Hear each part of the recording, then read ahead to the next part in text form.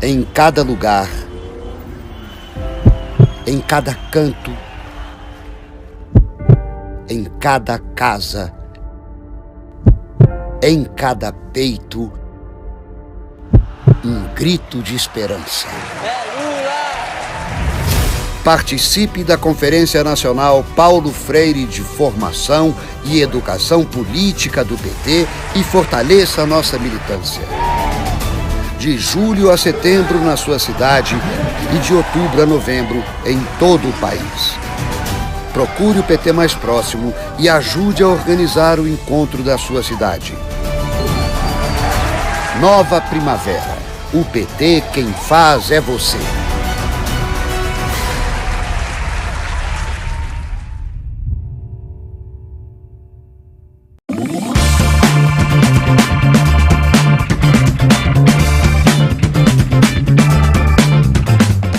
PT é o partido mais influente nas redes sociais. Site e redes do PT registram explosão de acesso. Partido dos Trabalhadores amplia sua força no Telegram. Nos últimos tempos, o PT se aproximou ainda mais do povo brasileiro. Participamos das principais lutas nas ruas. Enfrentamos o descaso de Bolsonaro e fortalecemos nosso partido nas redes. Reforçamos nossos canais e alcançamos o primeiro lugar em engajamento. Ampliamos o nosso WhatsApp e o nosso Telegram. Criamos a Rádio PT, a TV PT, o app do PT, a Casa 13, a plataforma conectado com o Brasil em mais de 1000 cidades e diretórios municipais. E levamos as nossas mensagens para todo o país. E vem mais por aí, a caravana Casa 13 pelo Brasil. São dezenas de oficinas e ferramentas para fortalecer ainda mais o nosso partido. Tem também a nova loja do PT, onde você pode comprar camisetas e outros produtos e mostrar todo o seu orgulho em vestir nossas cores e nossas causas. Se você já conhece os nossos canais, compartilhe. Mas se ainda não segue, conheça a nossa comunicação, divulgue e fique por dentro das novidades do nosso PT. Partido dos Trabalhadores. É o partido da esperança conectado com o Brasil.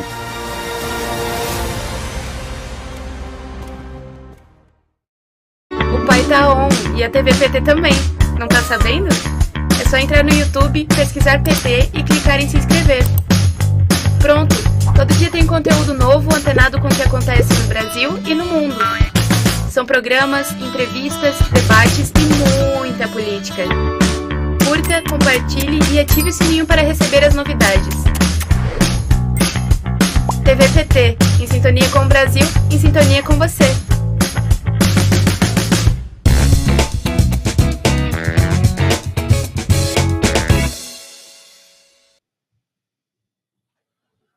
Boa tarde, amigos e amigas da TV Partido dos Trabalhadores. Hoje nós recebemos o chanceler Celso Amorim para uma conversa muito importante nesta hora tão dramática que o país está vivendo. Boa tarde, Celso Amorim. Boa tarde, Paulo. Boa tarde. Prazer estar aqui na TV PT. Boa. Chanceler, nós temos dois assuntos para tratar hoje. Temos a situação nacional, essa crise, ameaça de golpe, a reação do setor empresariado, e temos também a pressão norte-americana, que nos últimos dias tem dado visitas ao governo Bolsonaro. Veio primeiro o chefe da CIA, com várias autoridades, inclusive Bolsonaro, e recentemente nós tivemos um membro do Conselho dos Estados Unidos. E eu queria que vamos começar falando disso e depois a gente entra na situação nacional, que certamente vai tomar mais tempo e mais espaço nessa entrevista e é mais urgente também. Como é que você interpreta, a gente pode entender essas visitas de emissários da Casa Branca? O Biden está querendo fazer acordos com o Bolsonaro? O que está acontecendo? Olha, Paulo, eu acho que a política externa dos Estados Unidos ela ainda não se encontrou, né, do Biden. É claro que há interesses, digamos assim, permanentes do Estado profundo norte-americano que seriam levados adiante, seja pelo Biden, seja pelo Trump, de maneiras diversas. Mas eu acho que, digamos, eles estão revelando uma falta de percepção para a realidade brasileira e para a realidade latino-americana.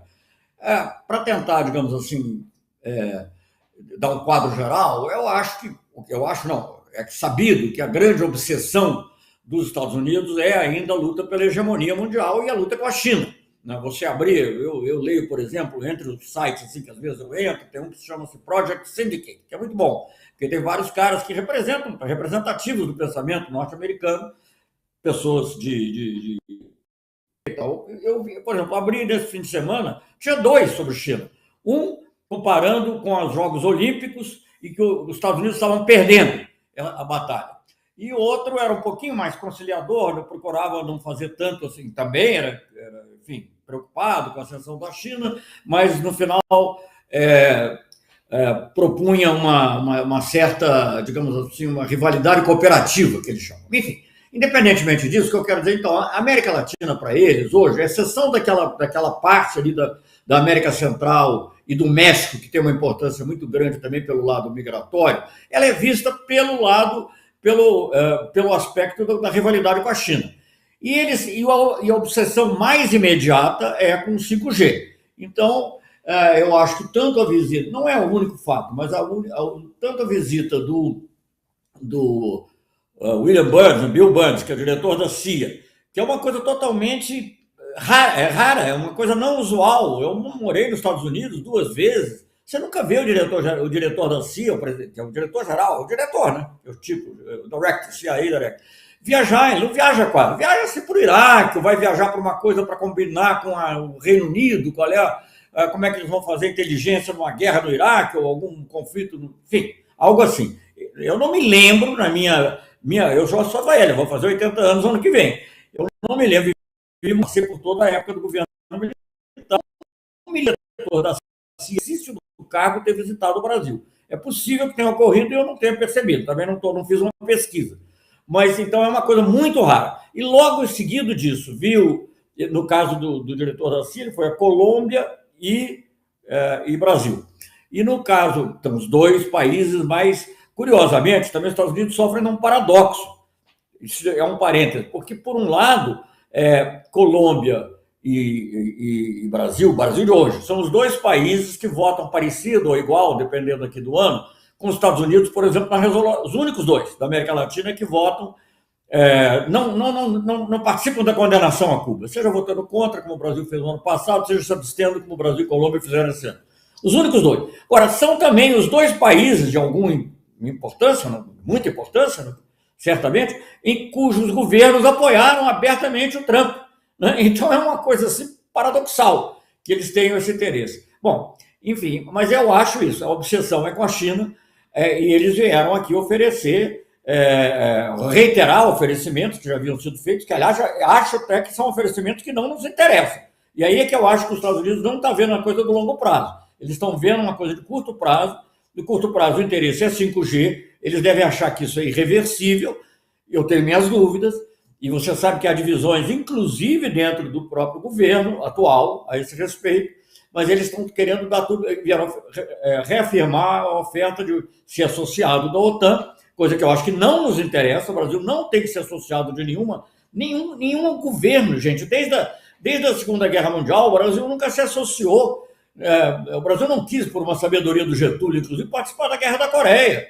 Né? O Brasil só age internacionalmente, fora do seu exclusivo interesse, felizmente no seu exclusivo interesse não precisou usar a força, mandatado pela ONU. Então, quer dizer, eles vieram oferecer a associação com a OTAN. O único outro sócio dessa forma é a Colômbia, que tem uma situação muito diferente da do Brasil e também vai passar por mudanças, provavelmente, e o OCDE, que também não vejo que interessa ao Brasil. O OCDE é um clube dos ricos, as regras é para os ricos comerciarem entre eles e como eles comerciam com o mundo. Né? Esse é o objetivo. Né? O objetivo proteger os interesses deles. Tem até alguns comitês que nos interessam, porque o OCDE tem informação, mas isso o Brasil já participa dos BRICS, são considerados parceiros estratégicos. Eu mesmo estive lá algumas vezes. Então, não há razão nenhuma para você entrar para o OCDE. Isso é para ter um carimbo de rico, só que você não fica rico com carimbo. Então, as 2 ofertas, inclusive, são ofertas que não nos interessam, na minha opinião. Mas talvez ao Bolsonaro, para mostrar que ele tem trânsito internacional, interessa. Então, em função de duas coisas que são objetivos do atual governo, em troca de uma que é uma coisa definitiva, pelo menos acham que é definitiva, e muito séria, porque tem a ver com o nosso desenvolvimento tecnológico, enfim, com o próprio preço das atividades, enfim, com muitos outros. Eu acho que, nesse caso, eu não conheço, não é um assunto do meu conhecimento, mas eu acho que o Brasil tem que ter liberdade para escolher aquilo que seja mais compatível com o desenvolvimento tecnológico, com os custos, etc., etc., e pode ser o chinês. Tem essa opção ideológica aí, que é como eles querem retratar a questão, né? Como eles querem colocar isso aí. Eles ficam... o caminho, né? Eles usam a ideologia quando interessa, né? Obviamente, eles têm essa obsessão da rivalidade com a China, né? E a China, ao contrário, a China é muito pragmática nessas coisas. Se o 5G alguém quiser comprar, pode ter um governo de direita, eles vão vender. E pode ter um governo de esquerda que, se não pagar o suficiente, também não vão vender. Entendeu? Não é uma coisa assim. Mas os Estados Unidos têm essa obsessão e eles, eu acho, que estão entrando por um caminho errado, porque eles não estão vendo o que está acontecendo aí no Brasil de hoje, as prováveis mudanças no Brasil. Eu não estou dizendo exatamente como será, é claro que você sabe qual é a minha preferência, nem precisaria nós aqui na TVPT estarmos reafirmando isso, é uma coisa óbvia, mas independentemente das nossas preferências, isso é insustentável. O que vai acontecer? Vamos simplificar muito. Ou muda, ou vai ser o Bolsonaro através de um golpe, como ele mesmo tem dito. Então, o governo norte-americano vai ter o ônus de estar associado a um governo que deu um golpe, que contraria tudo que eles pregam como democracia, sem pretexto algum, porque hoje em dia não tem ameaça comunista, não tem nada que eles pudessem falar. Então, eu acho que é um grande erro. Eles não perceberam ainda a profundidade das mudanças que estão ocorrendo na América Latina e o papel que um país como o Brasil pode representar, inclusive em termos de diálogo, como representou no passado. Nós aqui, o presidente Lula ajudou muito com, enfim, várias situações. Enfim, resumindo. Bem, já que você mudou e foi para o assunto que realmente está todo mundo preocupado, eu quero saber mesmo, né, como é que você está vendo essa situação brasileira? Nós tivemos aquele manifesto dos empresários, grandes empresários urbanos, não há muito pessoal do agronegócio não, mas grandes empresários urbanos, importante, enfático, com apoio. O senhor assinou esse manifesto aí, no dia de hoje a Folha disse que o senhor também assinou o manifesto. Queria que o senhor falasse, como é que o senhor vê isso, e isso nesse contexto de um esforço de resistência, que é disso que nós estamos falando, um esforço de resistência a esse movimento do Bolsonaro. Como é que o senhor está vendo isso? Como é que o senhor enxerga uma evolução para isso aí? Olha, que bom que você está me informando aí que eu assinei, porque, não, eu obviamente tinha manifestado a intenção de assinar, mas agora já não dá mais para sair, não sei o quê. Mas já saiu, ótimo. Não, acho que aí nós vivemos... Claro, está ótimo. Se a Folha disse é porque foi, eu acho. Mas, enfim, não sei. A TVPT reitera, então não há dúvida. Mas olha aqui, não, deixa eu dizer, eu acho, eu assinei o manifesto, talvez começar por aí, porque eu acho que o momento brasileiro, você sabe que antigamente a gente se usa, até hoje usa, eu não uso tanto, mas tem o negócio da contradição principal e as contradições secundárias, né? A contradição principal no Brasil... Pois é, a contradição principal no Brasil de hoje é entre quem defende a democracia e quem defende o bolsonarismo. Não é nem a ditadura em geral, é o bolsonarismo, que é uma certa forma de abuso do poder pessoal que é totalmente... enfim, não preciso aqui descrever que está trabalhando pela destruição do Brasil, e mais do que isso, ele está fazendo isso e anunciando que não necessariamente vai se pautar pela Constituição. Uma coisa é você interpretar a Constituição erradamente, como, por exemplo, certos juristas fazem ao dizer que as Forças Armadas podem intervir em certas situações, mesmo sem ser moto próprio, vamos dizer assim. Isso é errado, mas pelo menos é uma interpretação. Nesse caso, não. Ele está anunciando previamente que ele pode ignorar a Constituição. Então, gente, o que é isso? O Bolsonaro está seguindo o roteiro do Trump, mas alguém tem que parar esse roteiro. Nos Estados Unidos, forças variadas, não só o Partido Democrata, mas muitos republicanos, os próprios chefes das Forças Armadas, não só secretários de defesa, mas ex-chefes, podiam falar, né? os ex-comandantes, lá não chama comandante, mas os ex-chefes do Estado-Maior, do Exército, da Marinha, da Aeronáutica deles, se pronunciou contra aquele golpismo que foi, digamos assim, ilustrado pela invasão do Capitólio. Então, eu acho que nós temos que dar um basta. Eu acho que é muito bom que o Judiciário tenha adotado essas atitudes. Então, nós temos que, na minha opinião, por que eu assinei? Cerrar fileiras em torno da democracia. Né? Até porque eu tenho a convicção que na democracia a gente ganha. Pode ganhar tendo alguma negociação, alguma conversa, é claro, porque isso faz parte do próprio jogo democrático. Pode haver alternância. Tem enfim, vamos parar por aqui, depois você me pergunta mais. Vou fazer mais uma pergunta. Você, depois de ter sido ministro das Relações Exteriores nos governos, nos 2 mandatos do presidente Lula, você foi ministro da Defesa no mandato da presidente Dilma. E ali você, ministro da Defesa, era o ministro responsável pelas Forças Armadas, foi um civil, ministro da Defesa. Eu queria assim, entender assim, como é que você vê esse movimento, que é claramente um movimento que até que está sendo sempre estimulado pelo general Braga Neto, seu sucessor no cargo no Ministério da Defesa, né, seu sucessor administrativo, não político, não há uma relação... Gente, você está me dando notícias tristes, lembrando de realidades tristes. Eu já tenho que compartilhar a galeria de retratos com o Ernesto Araújo, lá no Itamaraty. Agora é verdade, vai estar lá o meu retrato junto com o do Braga Neto. O meu vai estar lá na galeria. Como o Jobim. Mas, enfim, vai estar lá. Como é que você vê esse comportamento, a atuação dele, um ministro diretamente se comprometendo contra o processo eleitoral? Como é que o senhor vê isso? Que simbologia tem aí? Como é que isso foi possível? Dá para pensar nisso aí? O senhor que já viveu tanto, você vai fazer 80 anos, como disse? Dá para pensar nisso aí?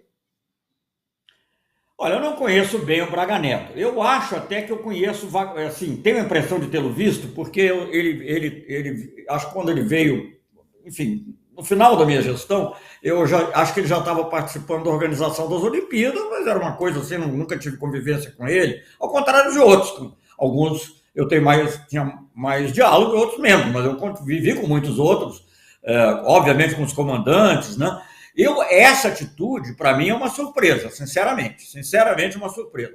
Porque mesmo quando os militares podem ter saído do seu, digamos, do que é a competência legal, bom, o exemplo talvez mais gritante disso tudo tenha sido aquele tweet do Vilas Boas, né?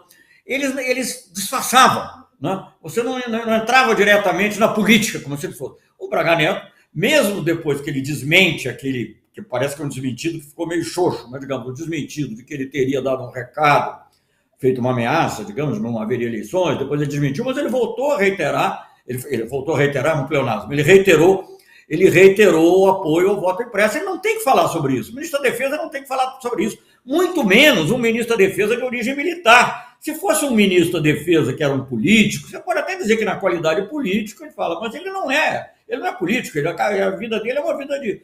Então eu acho que isso é muito lamentável, porque eu acho que, digamos, uma coisa que as Forças Armadas sempre procuraram mostrar, e eu digo que o antigo ministro, e sobretudo o antigo comandante do Exército, que era o general Pujol, procurava mostrar uma separação. Ele fez concessões lá, não vou dizer, por exemplo, o Exército está lá no relatório que produziu cloroquina, ele tinha que fazer isso, mostrar mas ele defendeu uma atitude diferente em relação à pandemia, né? Foi simbolizada pelo aquele momento em que ele dá o cotovelo para o Bolsonaro, e ele se recusou a tomar atitudes políticas, ele não se associou a nenhuma dessas manifestações sobre o AI-5, estou falando aí mais do comandante do que do ministro, do ministro também, porque o ministro deu umas desviadazinhas, porque andou nos passeios de helicóptero ali, que não, mas enfim, você podia ainda tentar alegar que era político, mas o comandante do Exército, no momento nenhum, e o que se comenta, eu não sei, eu não tenho nenhuma informação de dentro, mas o que se comenta é que uma das coisas que teria desgostado do Bolsonaro é que, diferentemente, a situação não é idêntica, mas diferentemente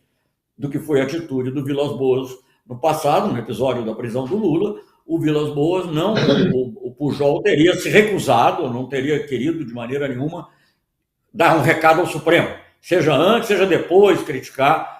em função das medidas que resultaram na libertação e na recuperação dos direitos políticos do presidente Lula. Então, eu acho que essa atitude do Braga Neto é uma coisa que me surpreende. Os depoimentos que eu tinha sobre ele eram de outra natureza, mas as pessoas não cansam de nos surpreender, né? Assim, é para o bem e para o mal. Né? As pessoas não cansam de nos surpreender. As situações é que revelam, né, a dimensão, a verdadeira dimensão das pessoas. Eu acho que o professor Murilo de Carvalho. Como? O professor Murilo de Carvalho, que é um grande historiador, com obras importantes sobre o Exército, sobre as Forças Armadas, ele deu uma entrevista hoje ao Estado de São Paulo, em que ele faz o seguinte comentário à luz desse manifesto dos empresários. Debatendo esse manifesto, ele diz o seguinte: continuo achando que o Exército é cada vez menos do Bolsonaro.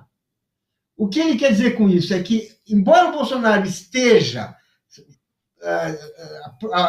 prometendo, anunciando, né, aquilo que a gente vê que interromper a democracia, que interromper o processo eleitoral, portanto, um golpe, desde o nome, isso se chama golpe de Estado. Esse professor, ele diz que ele duvida que o Exército esteja com o Bolsonaro nesse processo. Qual é a sua opinião, você que foi 5 anos ministro da Defesa? 3 anos e meio ministro da Defesa, mas tudo bem. Deixa eu te falar. Não, ministro da Defesa, 3,5. Wikipedia errou. Não, é porque eles contam assim, como se eu tivesse sido até 2015, mas eu fui só 1º de janeiro de 2015, que a nomeação do sucessor acabou saindo no dia seguinte. Mas enfim, mas tudo bem. Mas, não, deixa eu tentar comentar isso. Por 2 ângulos. Do ponto de vista histórico, eu acho que a análise dele, eu não li, eu não vi a entrevista, ele certamente tem muito mais condições do que eu, mas do ponto de vista da experiência histórica nossa, eu não conheço golpe militar sem apoio da elite do brasileiro. Todos os golpes militares foram, inclusive as tentativas de golpe pessoal não deram certo, mesmo dentro, porque qualquer crítica que se faça tem uma certa institucionalidade que às vezes até vai funcionar mal, como funcionou em 64, como funcionou em outras situações. Mas eu não tenho na memória um golpe militar que tenha sido bem sucedido sem o apoio da elite. Houve tentativas, Aragaças, Jacareacanga, a tentativa também de não dar posse ao Juscelino, mas nada disso deu certo. O que deu certo foi 60. Deu certo do ponto de vista dele, vamos dizer, deu certo. Do golpe, como golpe. Foi realizado, né? Concretizou-se 64. Agora, é indiscutível que em 64 houve uma grande parte da sociedade, inclusive toda a grande mídia, apoiava o golpe. Toda a grande mídia apoiava o golpe. Né? Então, diferentemente do que ocorre hoje. Então, isso para mim já é uma limitação. A segunda coisa que eu queria comentar, então, eu acho que é muito improvável um golpe militar assim, dessa forma. Agora, a segunda coisa que eu comentaria, e é mais a relação do Bolsonaro com as Forças Armadas, eu acho que ele tentou, quanto pôde, ter as Forças Armadas com ele, né, para, numa eventualidade, se lembra das manifestações no ano passado, em frente lá ao comando do Exército, que foram meio assim, justamente, objeto, não vou dizer, repudiada seria uma palavra muito forte, mas que foram assim meio afastadas justamente pelo Exército, pelo general Pujol na ocasião. Tinha isso. Quando ele viu que não dava, ele tirou o Pujol. E na jogada saiu o ministro da Defesa e saíram os outros 2 comandantes, e ele passou a ter, eu acho, uma outra ideia, que não era ter o Exército com ele, mas neutralizar o Exército. E ele passou a tentar, inclusive, a forçar uma desmoralização do Exército, da Força Armada em geral, mas do Exército particular. E, digamos, a coisa mais clara nisso é o episódio Pazuello, a não punição do Pazuello. Por quê? Porque, na realidade, aí eu vou lembrar uma frase que é de um pensador inglês famoso, conservador, aliás, mas muito famoso, Edmund Burke, que dizia, final do século XVIII, início do século XIX, então ele dizia, para que o mal prevaleça, ele dizia de um ângulo até que não é o meu, mas, digamos, a frase é boa. Para que o mal prevaleça, basta que os homens bons não façam nada.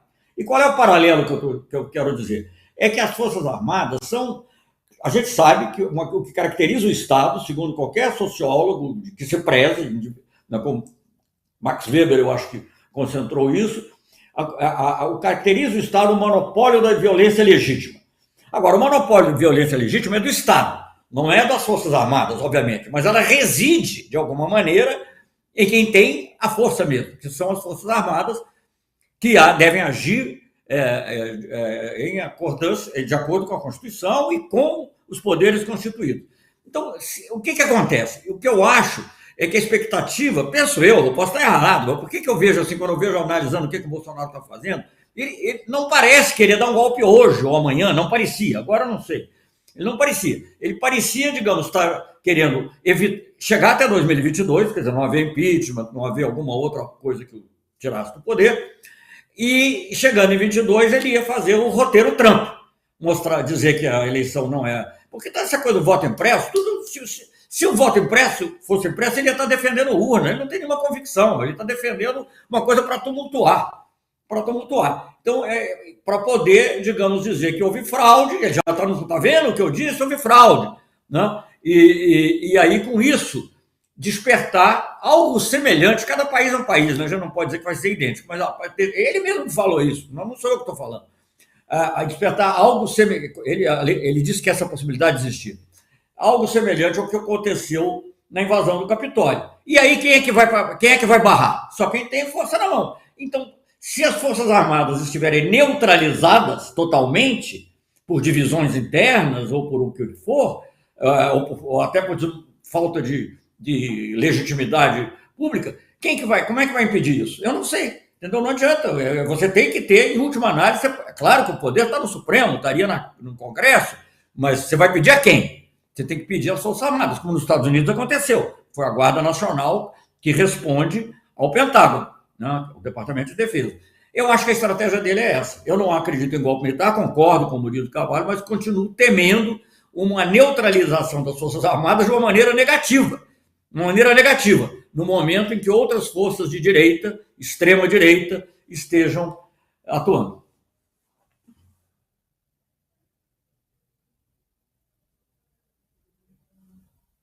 Não estou vendo. Nem vendo, nem ouvindo. Chegou a se desculpar pelo fato de ter acompanhado o Trump de uma maneira indevida. Ele pediu desculpas, como ele tivesse manifestado uma solidariedade ao Trump numa circunstância indevida. Ou seja, isso mostra, ele admitiu que ele não havia respeitado o regulamento militar. Ele havia colocado o regulamento militar acima da... O comandante... É o general, comandante-chefe das Forças Armadas norte-americanas. Ele colocou o regimento militar acima da lealdade ao Trump. Você é lícito esperar uma coisa... Lembra? É lícito esperar uma atitude semelhante dos militares brasileiros?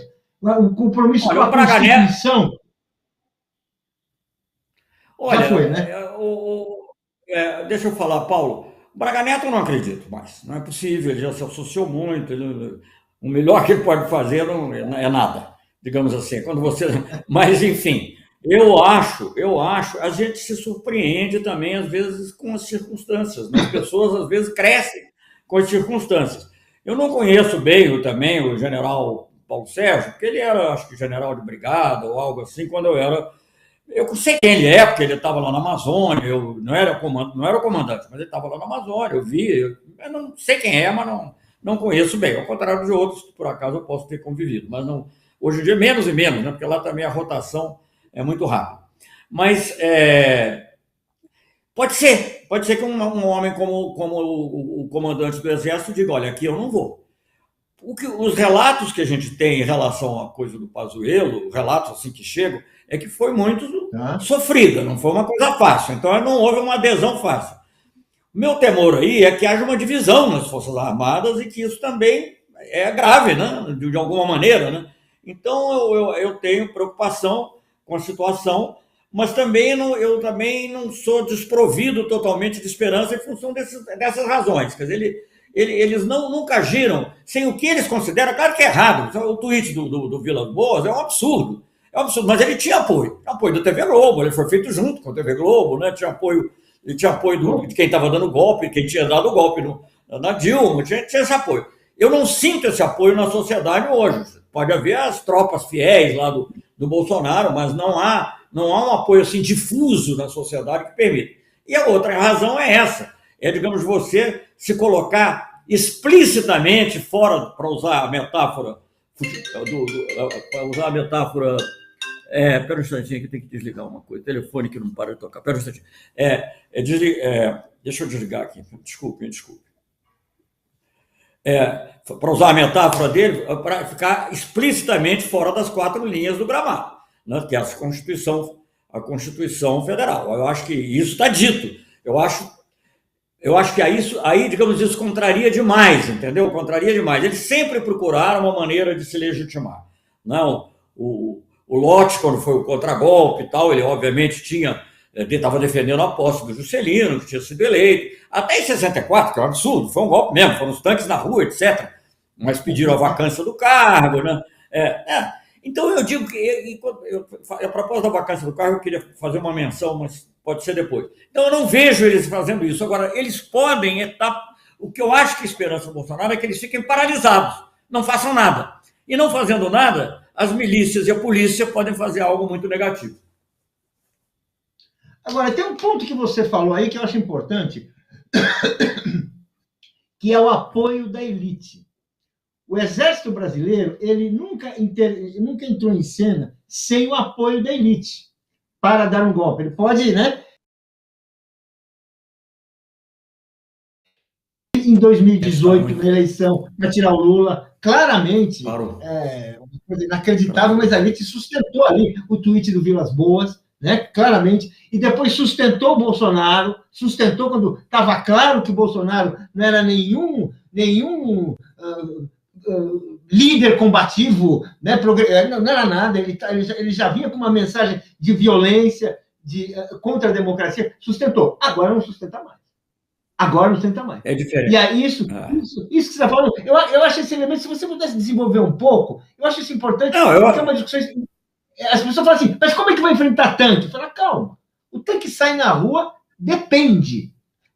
Ou seja, eu acho isso importante. Não, o risco maior que eu vejo a curto prazo, na verdade, não é nem tanque, não vou falar em tanque, mas é o não fazer nada e predominar. E ter uma ação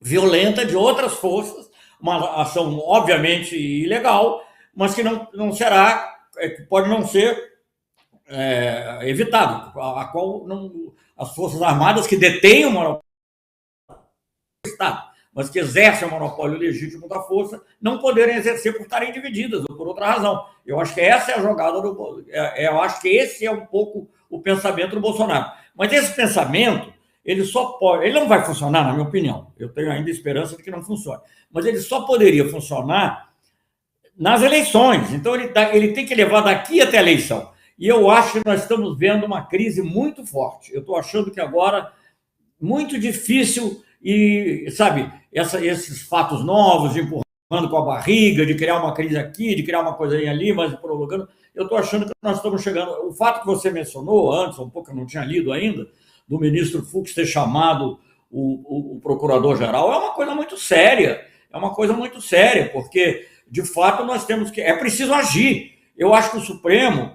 E o Judiciário, né? Porque o Supremo também, o TSE, resolveram não ficar só nas palavras e nas notas, nos repúdios verbais, mas agir. Agir dentro da lei e da Constituição. Então, eu acho que isso aí vai jogar a lei de um lado e o Bolsonaro do outro. Não é só as simpatias, não é só os absurdos do descaso com o CNPq, a destruição da educação, a destruição da política externa. Você poderia sempre alegar que são questões políticas. Aí não, é a lei de um lado e o Bolsonaro do outro, e o editorial da Folha de hoje, eu acho, na primeira página, me lembra um pouco aquele chega e basta que fizeram contra o Jango, erradamente, mas de qualquer maneira agora... Então, eu estou vendo, como analista. Não, e o conjunto da imprensa está tendo essa postura. A mídia, a Globo, o Globo, o Estado hoje, Presidente Sem Freios, é um outro editorial também duro, e que já veio numa sequência, e eles expressam interesses bem específicos que nós conhecemos, que são, né, esses interesses que nós estamos falando aí. E que, inclusive, analistas internacionais, aquela Eurasia Group, por exemplo, fala que pode haver um caso semelhante ao Trump. Bolsonaro perde a eleição, faz um protesto, mas não acontece nada e as forças, a legalidade prevalece. Né? Essa é uma visão aí também internacional. Tá? Agora, não estou te vendo aí, você está aí? Eu estou aqui. Opa, você está aí que eu não estava te vendo, estava... Uma questão aí que eu queria que você falasse. Esses marechais. Porque o Bolsonaro, ele faz as coisas sem esconder.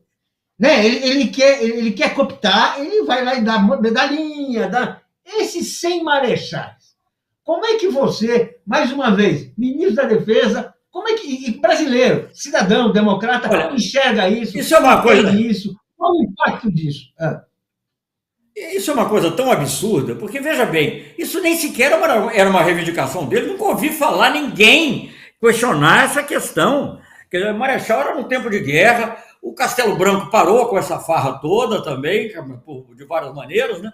E você agora, é uma coisa assim, eu acho que isso faz parte desse esforço de neutralizar as Forças Armadas. Ele não, mesmo isso, obviamente uma tentativa de compra, né? Uma tentativa de compra. Mas mesmo que ele não tenha conseguido comprar, digamos, para que eles sejam ativos, eles serem passivos já pode contribuir para um golpe lá na frente. O que eu acho é que hoje, com o conjunto de situações o conjunto que se criou, você acho muito difícil essa política evoluir assim até lá, entendeu? Eu acho que eu tenho a impressão que isso vai de alguma maneira chegar a um ponto de colisão antes entre a justiça. Eu acho.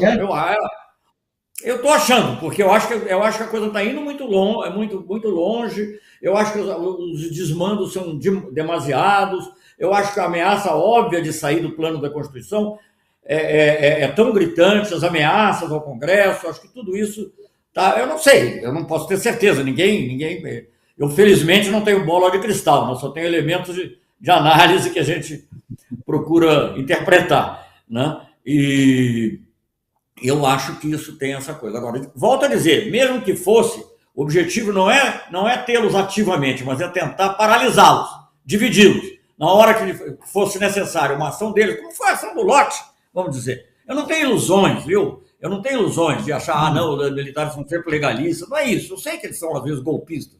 Como foi o tweet do Vilas Boas. Eu sei que várias vezes. Mas eles não querem uma situação em que eles sejam abertamente golpistas e contrariando a elite brasileira, porque eles são...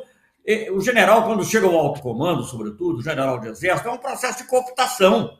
O capitão pode se identificar com a classe média ou com outros quaisquer, mas como parte da classe média. Mas o general, que chega general de divisão, general de exército, quando ele chega general de brigada, ele já é convidado pelo prefeito, general de divisão, ele já é convidado pelos governadores e pelas Fiesp. Você vai na Fiesp, a Fiesp está sempre homenageando os generais.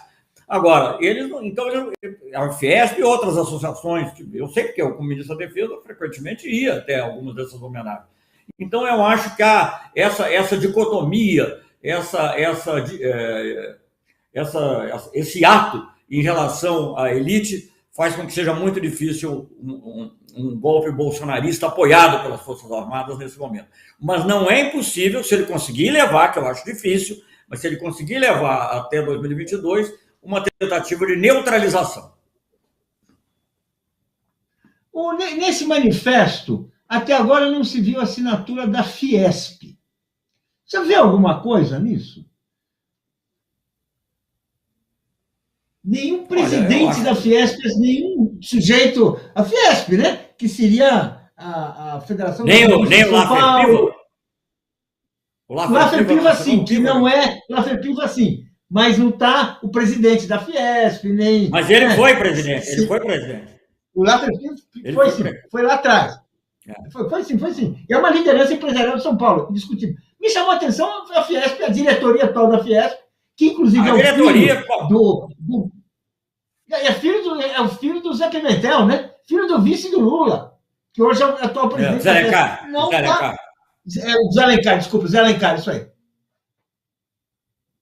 Chama atenção. Eu acho que é uma pena. Não sei. Chama atenção.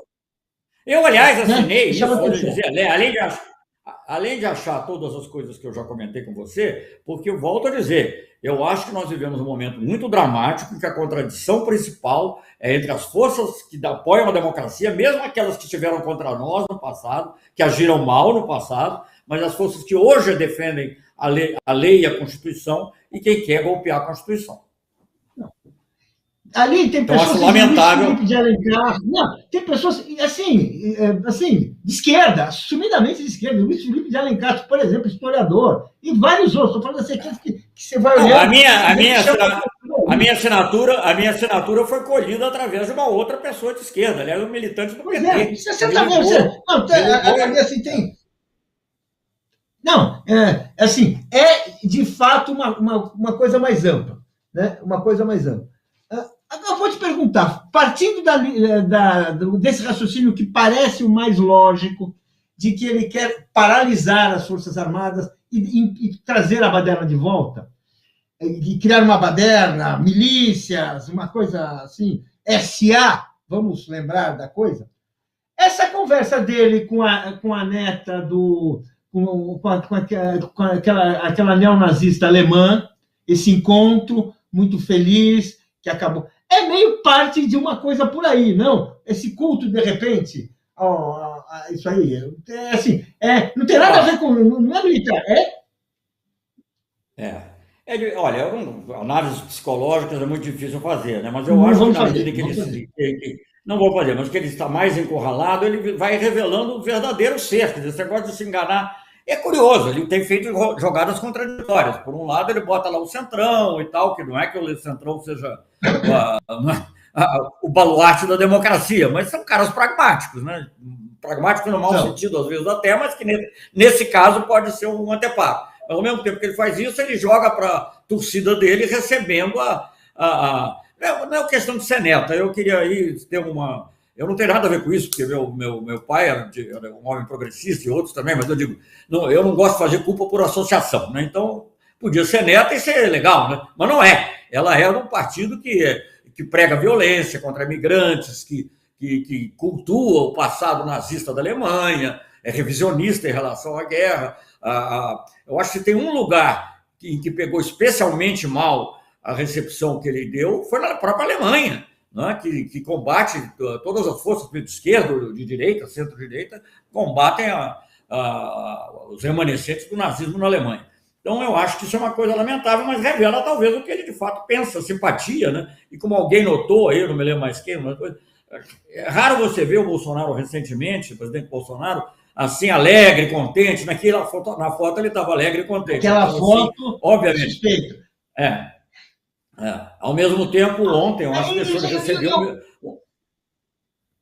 No momento do passado, ele já falou da admiração dele por Hitler. Não é assim, não é uma... já escapou um dia, já tem registro disso, né? Mas não como presidente, acho eu, ainda. Não. Passar deputado, talvez nem deputado. Não, veja, lá atrás. Paulo, deixa eu me falar uma coisa que eu acho que é importante aqui mencionar, e eu vejo isso pouco mencionado nos comentários. O que mais espanta para mim, como você disse, eu tenho 80 anos, eu lido com esses temas, ou como diplomata, jovem, velho, ministro, há 60 anos, de alguma maneira. Eu entrei para o Rio Branco quando eu tinha 20 anos, então antes do golpe de 64, então 20 para 21, então desde esse tempo eu cuido, eu de alguma maneira lido com isso. E eu me lembro, mesmo naquela época do Castelo Branco, logo depois do golpe, faziam questão de dizer que eles tinham estado na Segunda Guerra Mundial para combater o nazifascismo. Eles diziam isso. Quer dizer, mesmo quando eles são de direita, de extrema direita, eles nunca abriram mão dessa aura de terem combatido o nazifascismo. Com razão, porque eles estiveram lá, é verdade. Mas entende, eu acho que isso bate, eu acho, a meu ver, toca fundo naquela identidade que eles procuram atribuir a si próprios, de defenderem a democracia. A gente sabe que isso é furado sobre outros aspectos, mas uma das coisas que eles sempre alegam, defendemos a democracia combatendo o nazifascismo, Monte Castelo, etc. e tal. Não estão combatendo mais nada. Então é uma coisa espantosa, né? Porque está lá o presidente elogiando o partido que, ou recebendo o partido que defende ideias nazistas. Agora, a gente vive uma época que, mesmo em outros países, também tem um certo renascimento disso, né? Que é uma coisa preocupante desse período histórico que a gente vive, que a gente vê fascismo ou governos semelhantes na Hungria, né? Na Polônia, né? Esses movimentos que lembram o fascismo, muita gente são assumidamente fascistas. Existe uma questão preocupante, terrível aí, né? Mas a extrema-direita, há um movimento internacional de extrema-direita que era coordenado pelo Steve Bannon, que não estou eu que estou dizendo, foi o Steve Bannon que disse publicamente que o representante dele era o Eduardo Bolsonaro, no Brasil, e na realidade para a América Latina, e digamos, o apoio deles. Então isso é que torna, voltando àquela questão inicial, eu fico um pouco perplexo, porque, digamos, essa obsessão dos Estados Unidos, que eu até... Eu compreendo a rivalidade, eu compreendo a luta pela hegemonia no mundo. Nunca é fácil você ser ultrapassado, um país ser ultrapassado por outro economicamente, sobretudo no plano mundial, um grande império como é os Estados Unidos, ser ultrapassado pela China. Não é fácil. Mas mesmo dentro dessa obsessão, você tem que ter uma leitura da realidade. Eu acho que eles não estão tendo. Eles não estão percebendo isso. Então, o Biden está apoiando aqui o que é a antítese do que ele pregou internamente nos Estados Unidos, né? Que é enfim, combate à extrema-direita, combate à fake news, enfim, tudo isso que nós estamos falando, pessoas como Steve Bannon, etc. Então, eu acho que isso é preocupante, mas eu acho que é uma frase que eu cito sempre, que é a frase que o começo o grande romance, né, diz assim, todas as famílias felizes se parecem, mas cada família infeliz é infeliz à sua maneira, né? E a nossa aqui é infeliz à sua maneira, né? Quer dizer, a coisa no Bolsonaro, no presidente Bolsonaro, não é que lá não seja grave, é gravíssimo em qualquer lugar do mundo essa coisa da extrema-direita. Mas você vê, por exemplo, lá as coisas vêm revestidas de uma certa capa nacionalista. Aqui não. A capa era entreguista, sobretudo na época do Trump, com mais força, e continua sendo. Não é? Então, eu acho, quer dizer, não estou defendendo, acho que é péssimo o Orbán, é péssimo o governo da Polônia, né, toda essa extrema-direita, mas eles estão perdendo terreno no mundo. E eles consideram, de um modo geral, isso já foi dito, inclusive, o Bolsonaro como o grande defensor do movimento de extrema-direita hoje no mundo. E é paradoxal que um governo que se diz democrata, que você vê os pontos que o próprio Biden levantou em relação à condução da política nos Estados Unidos, por esse desespero de se opor à China, eles estão legitimando, porque na realidade você tem duas visitas de alto nível, não são visitas protocolares, mas são visitas de alto nível. Veja bem, o diretor da CIA, nem falar, e é um cara que em geral não viaja, já mencionei. O que é muito profundo, é o Estado profundo norte-americano. Eu até escrevi um artigo com esse título: o Estado profundo veio ao Brasil, o Deep State veio ao Brasil, né? E no caso do assessor de segurança nacional, basta pensar no Kissinger. O Kissinger, antes de ser secretário de Estado, ele foi assessor de segurança nacional. A Condoleezza Rice, antes de ser secretária de Estado, foi assessora de segurança nacional. É um cargo, sim, importantíssimo, porque é, digamos, a pessoa de política externa e de segurança que está próxima do presidente, né? Então, enfim, eu acho isso uma coisa assim, encerra um certo paradoxo. Aí alguém dirá, não, são os interesses do Império. Bom, tudo bem, ou tudo mal, não sei, são os interesses do Império, mas é uma falta, é uma miopia também no Império. Estão embarcando um pouquinho, né? Só para terminar, estão embarcando numa canoa furada. Vamos lá. Né? Canoa do Bolsonaro é uma canoa furada. Que você falasse uma coisa. Tem uma conversa de que o Lula deveria elaborar um documento, uma política, ou fazer uma declaração em direção aos militares brasileiros. Você acha que é correto, é justo, é pertinente? O que você acha disso? Eu não sei, isso é uma coisa. Olha, o Lula tem um grande senso político, de modo que eu acho que é melhor confiar no julgamento dele do que eu estar dando o meu palpite. Eu acho que não seria propriamente uma pactuação com os militares, como algumas pessoas falam. Eu acho que seria uma análise do papel do militar, o que eu acho que todo mundo pode fazer. Os militares não estão acima, não é de julgamento. que é isso, fica fora da política e, ao mesmo tempo, como aconteceu nos governos Lula e Dilma, porque eu fui ministro da Dilma, posso falar isso, e também acompanho, as Forças Armadas, como instituição, foram muito respeitadas e apoiadas, né? Eu acho que nunca houve tanto investimento, nunca o Brasil procurou, nem chegou perto de ter um submarino de propulsão nuclear, a renovação das caças, os programas do Exército, tanto no que diz respeito a blindados, quanto no que diz respeito a controle eletrônico das fronteiras. Tudo isso foi feito, o investimento nas Forças Armadas cresceu muito nos governos Lula e Dilma. O ponto mais alto foi 2010 do Lula, mas manteve mais ou menos nessa proporção, só caiu um pouquinho em 2014, num contexto já difícil para todo mundo. E não era só pensões, era investimento, e muitas deles com produção largamente no Brasil, ajudando a indústria brasileira, a Vibraz, né, acordos com a própria Suécia implicam investimentos no Brasil, né? Então, era uma atitude de muito respeito pelas Forças Armadas, e eu digo a você, eu queria voltar a um ponto que eu mencionei en passant, que para mim me surpreende, porque eu, como ministro da Defesa, a convite meu, não era nem uma ordem da presidenta, era um convite meu, como ministro da Defesa, os chefes todos das 3 forças e mais o comandante do Estado-Maior Conjunto foram comigo ao ato solene do Congresso Nacional que anulou a vacância do cargo do João Goulart, que era a única justificativa legal, que claro que foi um capenga, né, como dizia o próprio Tancredo, canalhas, mas eles foram lá, assistiram aquilo, quer dizer, era a última peninha de tentativa de legitimação de governo militar, na eleição do Castelo Branco. Então, na realidade, eu acho que eles estavam caminhando num sentido mais pragmático, o alto comando, pelo menos. Agora, isso leva muito tempo. E aí o que acontece é o seguinte, os militares são golpistas, mas quem é mais golpista é a elite brasileira. E a elite brasileira chamou os militares para darem o golpe, chamou o Vilas Boas para fazer aquele tweet. A verdade é essa. E antes mesmo já estavam em conversa com o Temer, pelo que o próprio Vilas Boas disse com ele, Vilas Boas e com outros generais, não é o caso aqui, não vou ficar mencionando todo mundo, que não me interessa. Então, eu acho que é isso. Eu acho que nós temos... eu não tenho ilusões de que eles vão ser os arautos, mas eu acho que, digamos, há limites. E eu tenho a impressão que o Bolsonaro foi além desses limites, nós vamos viver. Não é que eles vão dar um golpe contra o Bolsonaro tão pouco, mas se houver um choque de poderes aí, eu acho que o presidente Bolsonaro não pode contar com eles, eu acho. Mas pode ser que eles fiquem neutros, divididos, e eu acho que essa é a esperança dele. Quando essa política do governo Lula com relação às Forças Armadas foi uma política responsável e colocar as Forças Armadas em defesa da soberania do país.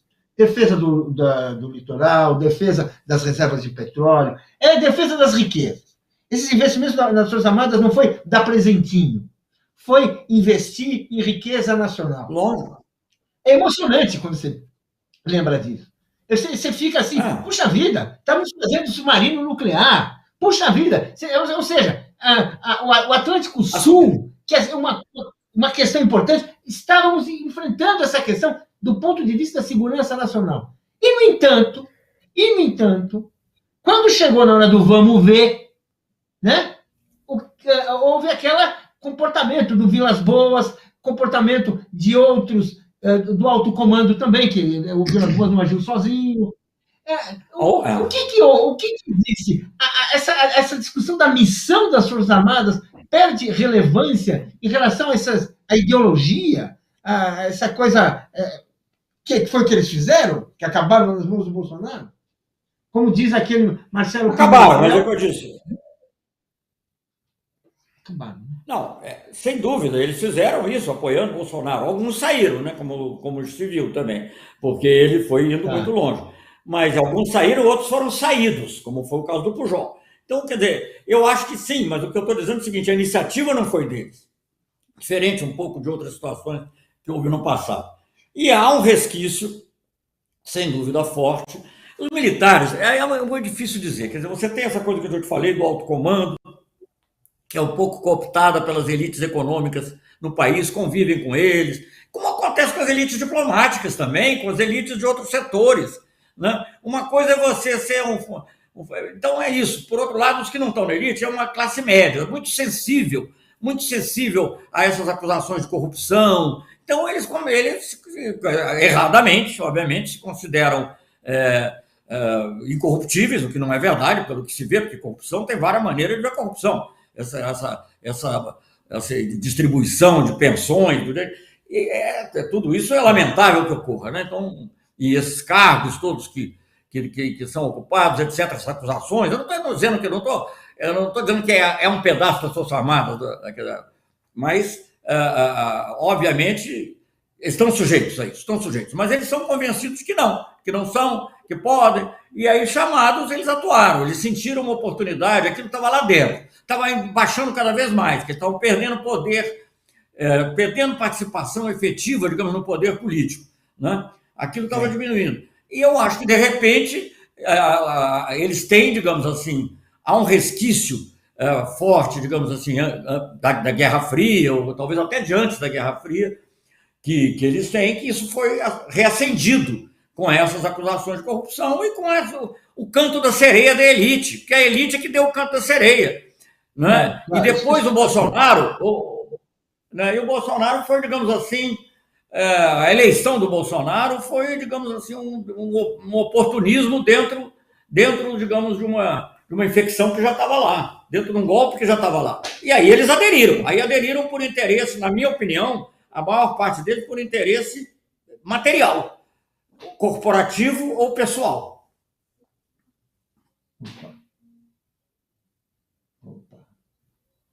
Olha, nós estamos chegando ao final, eu queria colocar umas questões assim, rápidas, assim, que eu acho que eu quero conhecer sua opinião, que todos querem conhecer sua opinião como diplomata, como pensador do mundo, isso aí. Cuba. Como é que o senhor vê Cuba depois desses protestos, depois dessa... Como é que o senhor vê isso aí? Como o senhor vê o futuro de Cuba, o destino de Cuba? O que se pode fazer, o que se pode desejar para Cuba? Olha, eu estou nessa coisa com o presidente do México.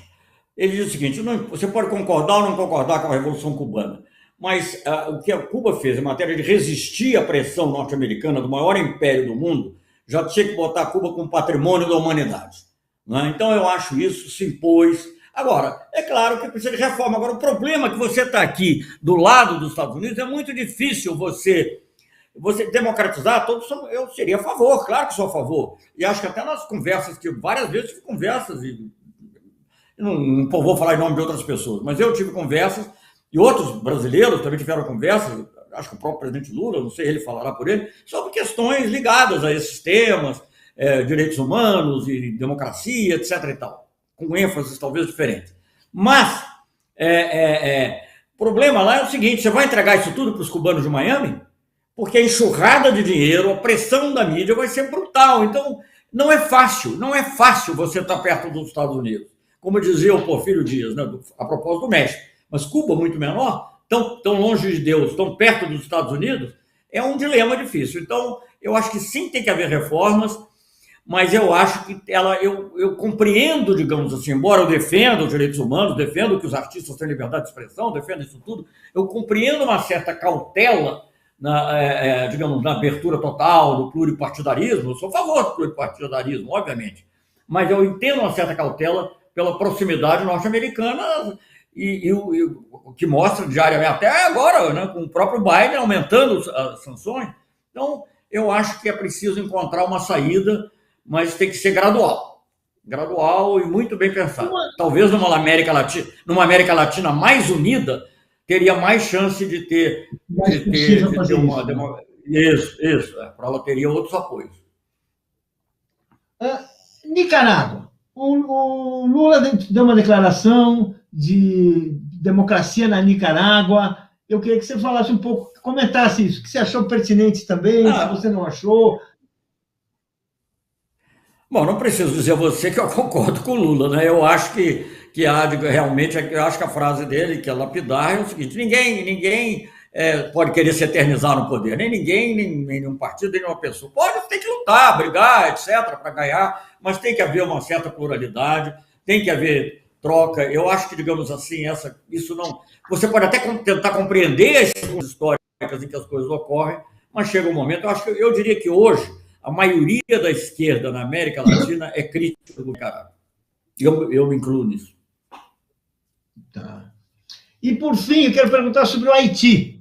Agora, quanto menos... Só para terminar. Quanto menos os Estados Unidos intervenham nessas situações, mais fácil é você avançar na democracia. Bom, quanto menos muito bem lembrado. Quanto menos embargo, quanto menos sanção. É isso. Muito observado, porque ele vem para fazer outra coisa e estraga tudo. Né? A experiência que ninguém quer... Haiti. É isso. E fala de Haiti eu acho que você pouco. tem que fazer um programa. Aquela história, agora presidente assassinado e uma longa história. Haiti, a nossa experiência lá e depois. O que dá para pensar no Haiti? Eu vou lhe dizer o seguinte, eu acho que eu não faço, eu não vou dizer que não está sujeito a crítica, a presença e várias coisas que aconteceram, né? Muitas delas que a gente soube depois, inclusive. Agora, há também muita desinformação. Muita falta de informação, muita confusão em torno. Eu acho que a missão básica da ONU era se justificava. E eu diria que dois pontos muito altos da presença brasileira lá, da MINUSTAH, foram, digamos, a eleição do Preval, que era uma pessoa que os americanos não queriam, que foi eleito, e quem garantiu que fosse declarada a eleição dele uma posse foi a presença da MINUSTAH e praticamente o Brasil. Eu me lembro de ter tido conversas com o presidente Lagos, autorizados pelo presidente Lula, obviamente, sabendo da história, conversando diretamente com o presidente Lagos do Chile, para dizer, olha, as tropas brasileiras não vão atirar no povo, né? Quando se queria forçar um segundo turno, que era uma coisa totalmente falsa e errada, era posse, e o Preval tomou posse, um homem ligado ao Aristide, tanto que o Aristide depois voltou, não quis mais se meter em política, mas voltou. E assim, o segundo momento, resumindo muito, foi depois do terremoto. O Brasil teve um papel muito importante em ajudar na reconstrução. O que aconteceu depois do terremoto é que, ao mesmo tempo que estava lá o Brasil ajudando, e estava ajudando meio que, não digo sozinho, porque, olha, eu fui lá com o ministro da França, nós tínhamos programas com o Canadá, nós tínhamos programas com Cuba, tínhamos programas variados no Haiti, dá uma importância para eles, né? Agora, o Haiti é um país complexo, muito difícil, né? É um país que tem um lado, assim, uma política, ao mesmo tempo, extremamente sofisticada, em condições de miséria quase absoluta. Então, é muito difícil. Eu acho que eu acho que nós estávamos numa rota positiva e houve dois grandes desastres. Um foi o terremoto, propriamente, morreram 200 mil pessoas, o que foi, você pode imaginar, num país como o Haiti, por exemplo, cerca de metade, pelo que diziam na época, dos altos funcionários haitianos morreram, como morreu o representante da ONU, morreram soldados brasileiros, morreu muita gente. Oficiais também. E esse foi um grande desastre. Recuperar disso era muito difícil. E o Brasil, inclusive, queria cooperar de uma maneira estruturante, atendendo um pedido do presidente Preval, que era uma grande hidrelétrica, grande para o tamanho do Haiti. E não foi possível levar adiante, porque a comunidade internacional abandonou, estava interessada em outras coisas. E o outro segundo desastre, eu acho que foi no período já, que está ligado ao primeiro, mas na primeira eleição que houve, foi logo depois do terremoto, no mesmo ano, eu acho que os Estados Unidos agiram mal, forçaram, se valeram para fazer o que depois fizeram na Bolívia, não foi um golpe, mas lá tem um sistema também de segundo turno. E eles tinham um candidato, a Fundação Clinton tinha um candidato, que era o cara que finalmente foi eleito, que tinha tirado terceiro lugar. E eles fizeram tantas recontagens dos votos, que até que uma deu ele em segundo lugar ou em primeiro. E aí ele foi candidato e ganhou, entendeu? E não era o Martelly. E esse presidente que foi morto agora, né, porque eu acho que esse negócio da morte dos presidentes, claro que está ligado à política de alguma maneira, mas é uma coisa de briga de facção. É uma coisa de luta de facção. Quem é que vai ficar com o bolo? Porque eles representam os capitalistas. Eu conhecia o Jovenel Moïse, ele era um empresário, lá produtor de banana, se eu não me engano, lá no sul do Haiti. Ele não tinha nada, ele não foi, quer dizer, não houve ali uma coisa de dizer que é direita e ele estava com o povo. Não é isso. Era uma coisa de luta mesmo, por saber quem vai ficar com a melhor fatia do bolo. Bom, e o fato de ter saído a MINUSTAH, a comunidade internacional ficou falando, tem que sair. E o que resultou? Hoje em dia, quem domina o Haiti realmente são as gangues. Tem até um grupo que se chama, veja que ironia, se chama G9, para imitando os grupos internacionais, G7, G8, né? Tem um G9, que são 9 gangues. São 9 gangues que controlam praticamente a política e a segurança no Haiti. Então é muito dramático, eu não sei como resolver. Eu acho que várias coisas caminharam para trás. Infelizmente, a gente encontra o Haiti hoje numa situação muito semelhante à que havia antes, com algum progresso material. Agora, que isso sim houve. E essa associação que se faz aos militares que sustentam Bolsonaro com os militares que vieram do Haiti, que atuaram no Haiti? Isso não tem nada a ver. É muito comum. Isso é fantasia, O Heleno é um deles, obviamente, sustenta, mas o Braga Neto não teve no Haiti. Pelo menos não chefiou a MINUSTAH. Se ele teve lá, não sei se teve em outro momento, não sei, mas ele não foi. O Pujol, que foi retirado do comando pelo Bolsonaro, esteve no Haiti. Muitos que estiveram no Haiti, ou um que teve no governo e saiu, crítico do Bolsonaro, é o Santos Cruz. Então, eu acho que não dá para fazer. Ali era um lugar... o Brasil, graças a Deus, não tem guerra. Então, ali era uma ocasião que o militar poderia, digamos, desenvolver um pouco as suas aptidões, né? Então, era natural que generais de algum prestígio, na época eram generais de brigada ou de divisão, fossem para o Haiti. Então, eu acho que é uma amostragem que não tem nada a ver. Eu acho que o exemplo principal, por exemplo, pessoas que foram muito influentes lá atrás, por exemplo, no governo Temer, é Tchegoia, não teve no Haiti, né? Vilas Boas não teve no Haiti. O Braga Neto agora não teve no Haiti. Então, sabe, eu acho fantasioso isso. O que talvez pudesse criticar... Não, só para saber o seguinte, eu acho que, digamos assim, o que talvez se pudesse ver com mais cuidado no futuro é como isso poderia vir a ser utilizado em operações internas no Brasil, mas não é isso que aconteceu. Quer dizer, se, por exemplo, aquela intervenção no Rio tivesse se expandido e aquela forma de golpe, você poderia dizer, mas não foi uma coisa totalmente diferente, foi uma manipulação de massa, foi o trumpismo, né? E os generais, que alguns apoiaram, outros não apoiaram, não tem, sinceramente, não acho, não estou querendo com isso defender tudo que aconteceu no Haiti, não, isso é outra questão que teria que ser examinada. Amorim, queria agradecer e queria abrir aqui os nossos microfones para dizer que gostei dessa entrevista, gostei da sua franqueza, da sua garra, gostei, assim, acho bom isso, acho bom você falar do jeito que você fala, com a clareza que você fala. Bem, e queria aí que você se despedisse aí do nosso público, que certamente aproveitou muito essa entrevista, os seus ensinamentos, as informações que você trouxe, essa sua análise do Brasil, da América Latina, desses países vizinhos, do Império Americano e tudo mais. Olha, Paulo, agradeço muito a oportunidade. Eu queria estar aqui na TV PT e estar com você também. Nós temos uma boa tradição de debater e participar de discussões, mas eu diria o seguinte, só para terminar, eu acho o seguinte, eu sou uma pessoa que me filiou ao campo progressista, sou membro do Grupo de Puebla internacionalmente, entrei para o PT também, já, até por sugestão do Lula, mas quando eu já era ministro, né? Na realidade eu entrei para o PT por ser ministro e não ao contrário, não foi o contrário, mas sou muito fiel, participei, como você sabe, presidi, inclusive, o Comitê de Solidariedade Internacional, o presidente Lula, organizei várias coisas, tudo isso eu acho muito importante. E quero que o Lula seja eleito, quero um governo progressista. Agora, eu acho que a gente tem que ter clareza nesse momento que a contradição principal é a contradição entre a democracia e o fascismo. E eu acho que a gente tem que optar pela democracia, e aí, naturalmente, nós teremos um governo progressista dentro de um campo democrático, plural, e é isso que eu desejo para o Brasil, no plano interno. E no plano internacional, que a gente volte a ser aquela liderança na América Latina, que volte a ser essa liderança, América Latina e Caribe, que seja essa liderança do mundo em desenvolvimento. E eu vou te dizer mais, de cuja ausência o mundo se ressente, inclusive países desenvolvidos. Vou terminar com um caso, mais do que uma frase, uma coisa, não é uma frase minha. Eu organizei um seminário importante, com presença de 3 ex-chefes de governo, com Noam Chomsky, com várias pessoas, ex-secretário executivo da Amnesty International, a propósito da prisão do Lula, no Brasil, eles vieram.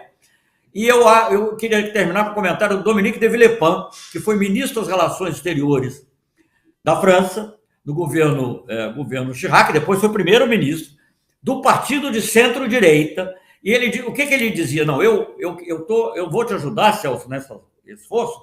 Por quê? Porque o Brasil é importante para o equilíbrio do mundo.